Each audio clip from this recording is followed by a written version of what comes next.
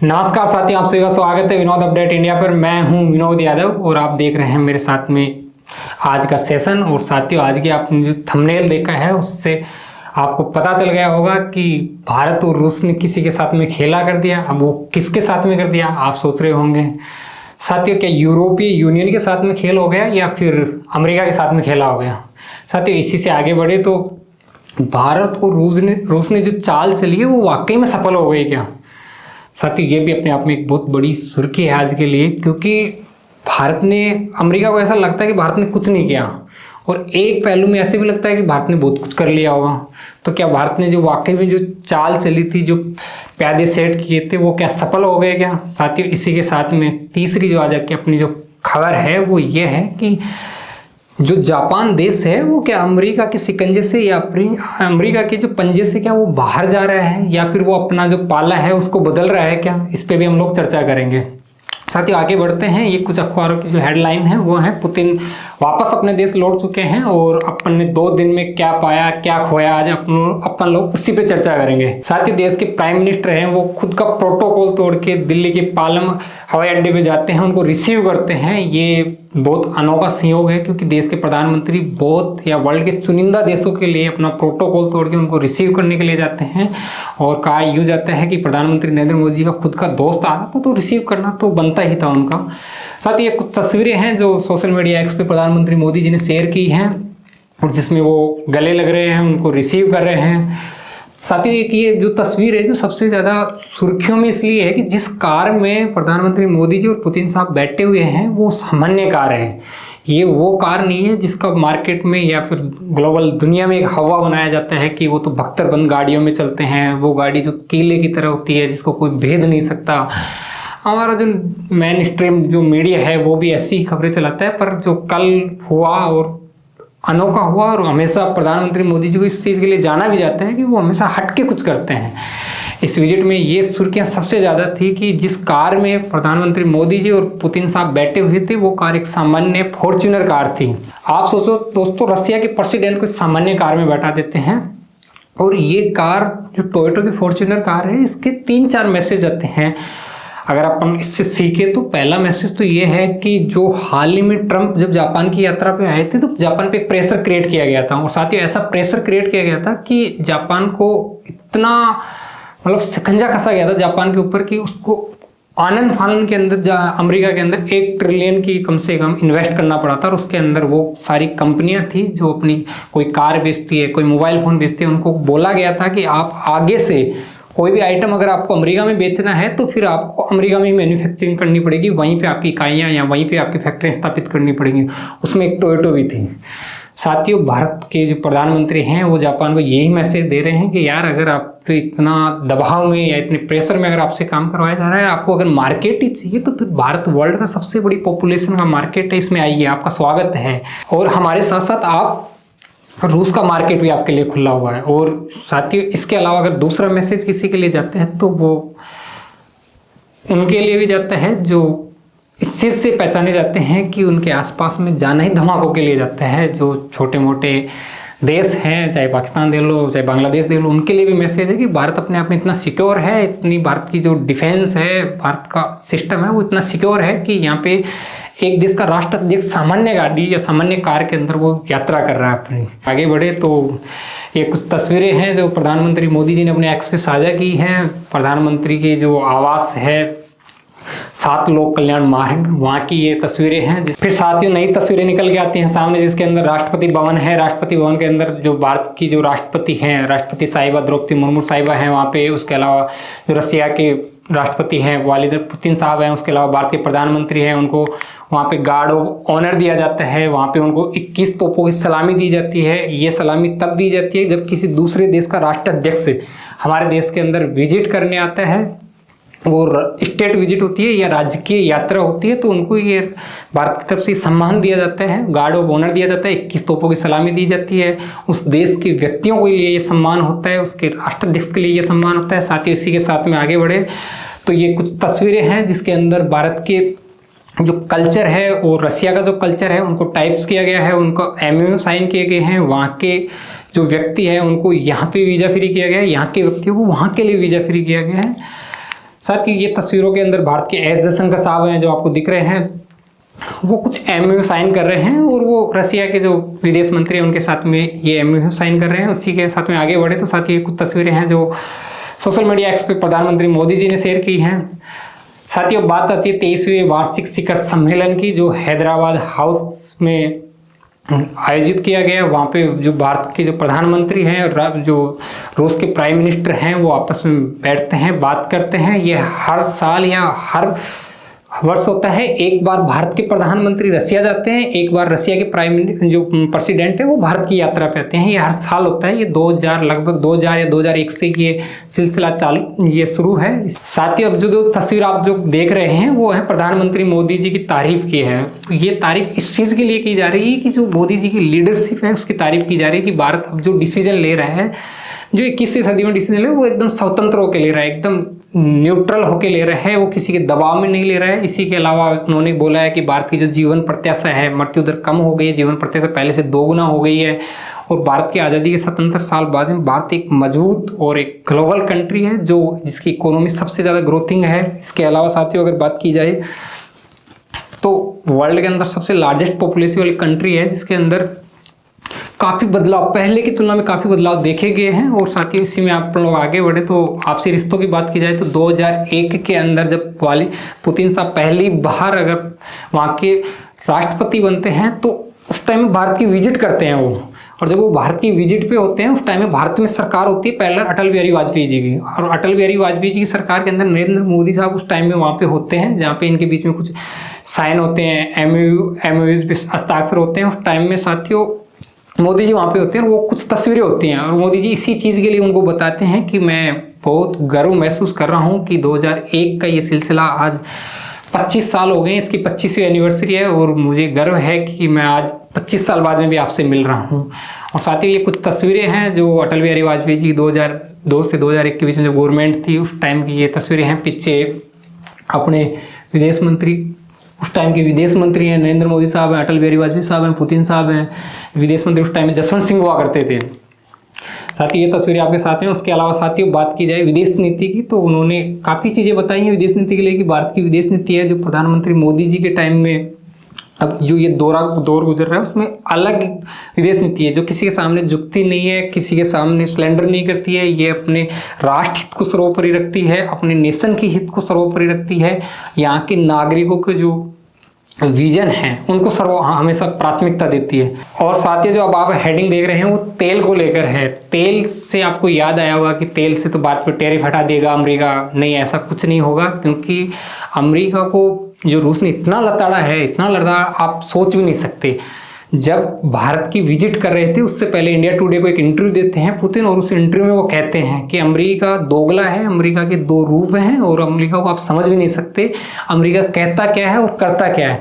इससे आप सोच रहे हैं कि ऐसा क्या कर दिया, तो साथियों आपको बता दें कि अमेरिका भारत पे इसलिए 25% टैरिफ एक्स्ट्रा लगा रखा था क्योंकि हम लोग एनर्जी परचेज कर रहे थे। किससे? रूस से परचेज कर रहे थे। जब हम लोग रूस ऑयल खरीद रहे थे, तेल खरीद रहे थे, तो हमारे ऊपर इस नाम से 25% टैरिफ एक्स्ट्रा लगाया गया था कि भाई आप तेल परचेज कर रहे हो, तेल के बदले में आप रसिया को पैसे दे रहे हो, जब पैसे दे रहे हो तो उसका मिसयूज कर रहा है। आप लोग सोच रहे हैं मिसयूज कहाँ कर रहा होगा, तो उसने यूक्रेन युद्ध के लिए गोला बारूद असले ये सब खरीदता है और उसको यूक्रेन पे दाग देता है। ये मानवता के लिए शर्मसार करने वाली चीज़ें, इसलिए अपने ऊपर 25% टैरिफ एक्स्ट्रा लगाया गया था।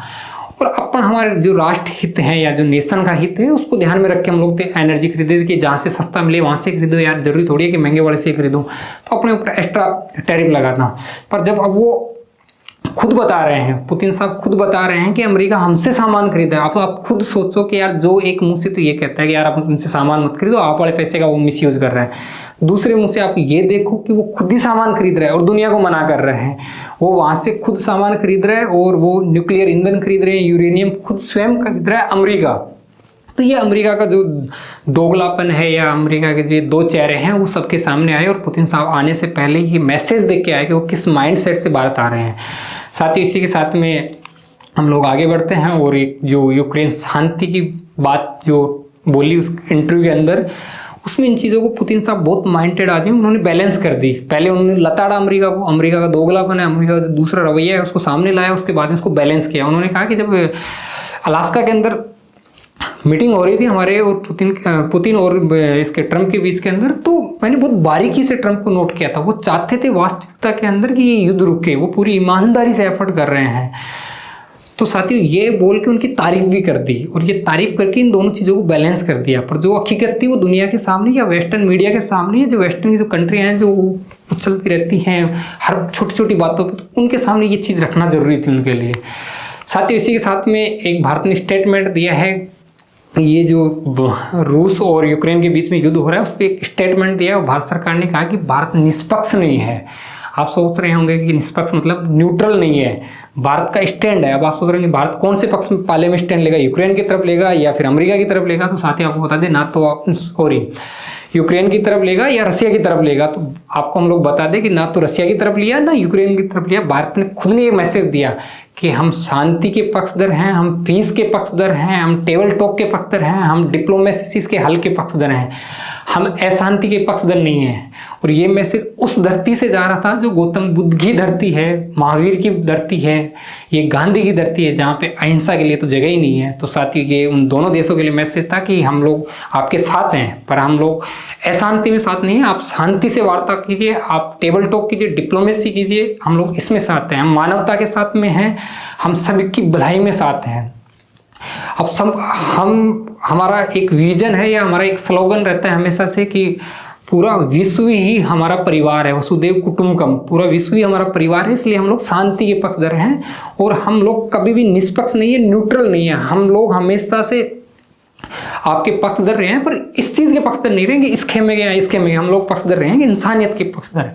साथियों इसी में हम लोग आगे बढ़े तो ये कुछ तस्वीरें हैं जो वो अपने भारत मंडपम की तस्वीरें हैं। वहाँ पे भारत के जो प्रधानमंत्री हैं और रसिया के जो प्राइम प्रेसिडेंट है पुतिन है, उनके बीच के अंदर बहुत सारे MOUs होते हैं, बहुत सारे टाइप्स होते हैं, बहुत सारे साझा व्यापार की घोषणाएं होती हैं। जैसे भारत के विदेश मंत्री हैं तो साथियों जैसे रसिया के विदेश मंत्री हैं वो आपस में बात करते हैं और सारी जो डील है उनके एक एक जो पॉइंट है उनके कंक्लूजन या निष्कर्ष पे पहुंचते हैं और उसके बाद में MOU साइन किए जाते हैं। साथियों इसी के साथ में अगर आगे बढ़े तो इस यात्रा से हम लोगों ने क्या पाया क्या खोया, क्योंकि अभी तो पुतिन अपने देश लौट चुके होंगे, तो अब अपने देश में लोग बैठ के ये निष्कर्ष निकाल रहे होंगे हमने इससे क्या पाया और क्या खोया, हमारे देश या हमारे नेशन के हित में क्या रहा और रसिया या रसिया के देश के नेशन के हित में क्या रहा। तो साथियों आपको बता दें कि सबसे पहले तो जो आर्थिक और व्यापार का जो सहयोग था उसके अंदर हम लोगों ने 2030 का एक विजन रखा है और उस विजन में ये कहा है कि 2030 तक लगभग 100 अरब डॉलर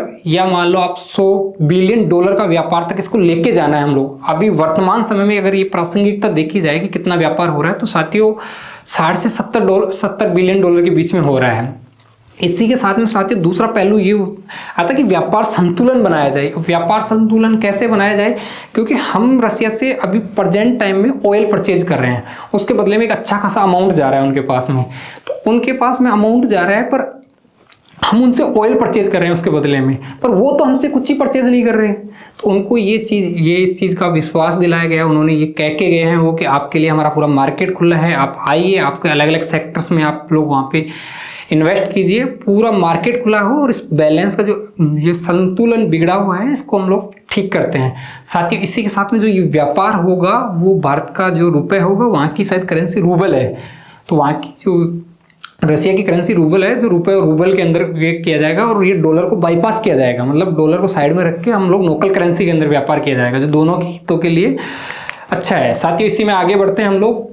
ऊर्जा और परमाणु पे बात कर ली जाती है, तो ऊर्जा और परमाणु पे सारी सिविल न्यूक्लियर एनर्जी पे बात की जाती है, क्रिटिकल मिनरल्स पे बात की जाती है और ये भी विश्वास दिलाया जाता है रसिया के द्वारा भारत को कि जो आपकी जो अभी जो एनर्जी है वो बाधित हुई है या एनर्जी जो आपको डिले हो रही है या जो आप प्रतिबंध झेल रहे हो, हम भी प्रतिबंध झेल रहे हैं, हम लोग कोशिश करेंगे कि इसको वापस कंटिन्यू करें। इसी के साथ में साथियों जो ये छोटे जो मॉड्यूलर रिएक्टर हैं, ये भारत के अंदर जो पावर प्लांट्स हैं, न्यूक्लियर पावर प्लांट्स हैं, वो लगाने पर सहमति हुई है दोनों देशों के बीच में। आगे बढ़े तो हम लोग रक्षा और सैन्य के बीच में बात की जाए तो मेक इन इंडिया को अभी भी आगे रखा गया, आत्मनिर्भर का जो विजन था उसको सर्वोपरि रखा गया है और उसके तहत कहा गया कि हम लोग आपसे S-400 खरीद रहे हैं, आपसे ब्रह्मोस खरीद रहे हैं, आपसे हम लोग कोई विमान खरीद रखे हैं, तो उनके जो असले हैं या उनके पुर्जे हैं या उनके जो पुराने पार्ट्स हैं अगर वो पुराने हो जाते हैं, उनकी दोबारा से जो मैन्युफैक्चरिंग होती है हम लोग रसिया से वापस ना लेके आएँ। कम से कम आप अपनी मैन्युफैक्चरिंग जो इकाइयाँ हैं या अपना इंफ्रास्ट्रक्चर है वो यहाँ भारत में विकसित कीजिए और कोशिश कीजिए मैक्सिमम से मैक्सिमम चीज़ें यहीं पे आप लोग हमें उपलब्ध करवाएं। भारत का जो ऑफिशियली डॉक्यूमेंट्स है उसके अंदर ऐसा कुछ भी नहीं बताया गया कि जिससे जो बाहर वेस्टर्न मीडिया में या जो भारत के मीडिया में या एशिया के मीडिया में ये चल रहा था कि भारत S-57 पे डील कर सकता है, ब्रह्मोस पे डील कर सकता है, S-500 पे डील कर सकता है, ऐसा कुछ नहीं हुआ साथियों। और वो इसलिए भी नहीं हुआ क्योंकि ओनली उस सिलसिले में बात हुई है, और बात होने का मतलब है कि अभी वो आए हुए हैं तो पूरी नज़रें उन पर टिकी हुई हैं। तो अगर ऐसा कुछ कर दिया तो फिर दोनों देशों के लिए प्रतिबंध झेलने पड़ेंगे, दोनों देशों पर टैरिफ लगेंगे। तो इससे अच्छा है कि हम लोग इस पर चर्चा करते हैं कि भैया हम आपको ऑर्डर दे रहे हैं पर ये ऑर्डर आप ऑफिशियली नहीं करना है, आप बस तैयार रखो। एक टाइम ऐसा आएगा जब हम लोग धीरे से आपको बोलेंगे कि लाओ आप दे दो आप हमें, तो उस टाइम इतना माहौल नहीं बनेगा। और अभी हम लोग बात कर लेते हैं, आप आए हुए इन चीज़ों पे विस्तार से चर्चा करते हैं और जब हम जरूरत होगी तो आप एकदम से सप्लाई कर देना। ऐसा ही होता है साथियों, जब वर्ल्ड की डिप्लोमेसी इस दौर से गुजर रही हो तो ऐसा ही किया जाता है। ऐसा नहीं किया जाता कि मतलब कुछ चीज़ें ले रहे हैं तो उसको माहौल बना दे। माहौल बनाने से दोनों देशों के लिए, दोनों देशों के हित में नहीं है, ये दोनों देशों को टैरिफ झेलना पड़ेगा। साथ ही इसी के साथ में अगर बात की जाए आतंकवाद है तो वो मिला जुला रूप सामने आया है कि हम लोग साथ मिल के बात करेंगे। हम लोग जो अपनी जो न्यूज़ है या अपनी जो रो, जैसे भारत की रो है, वहाँ की KGB है, वो आपस में बहुत सारी जो इंफॉर्मेशन है वो आपस में साझा करेंगे और आतंकवाद पे अंकुश लगाएंगे, आतंकवाद पे नकेल कसी जाएगी और इसी के साथ में आतंकवाद का सामना साझा मिलकर के करेंगे। और साथ ही इस पूरे घटनाक्रम का अगर कोई कंक्लूजन निकलता है, कुछ निष्कर्ष निकलता है तो वो ये है क्योंकि अपने को देखो अल्टरनेट अपने को या पैरेलल अपने को अमेरिका को देख के चलना पड़ेगा, क्योंकि वो अभी उसकी डॉलर का प्रभुत्व है या उसका सिक्का चल रहा है, तो हम लोग नहीं चाहते कि उसको नाराज किया जाए। तो लास्ट में जब फाइनल इसका कंक्लूजन निकलता है तो वो ये खुद कह रहे हैं प्रधानमंत्री कि हमारे और रूस के रिश्तों से हम लोग तीसरे किसी देश को नुकसान नहीं पहुंचाना चाहते। साथियों, आपको वाकई में हमारा ये प्रयास अच्छा लगा हो तो आप लाइक जरूर करके जाइए, और अगर आपका इस टॉपिक के प्रति क्या ओपिनियन है वो कमेंट बॉक्स के अंदर कमेंट करके जाइए।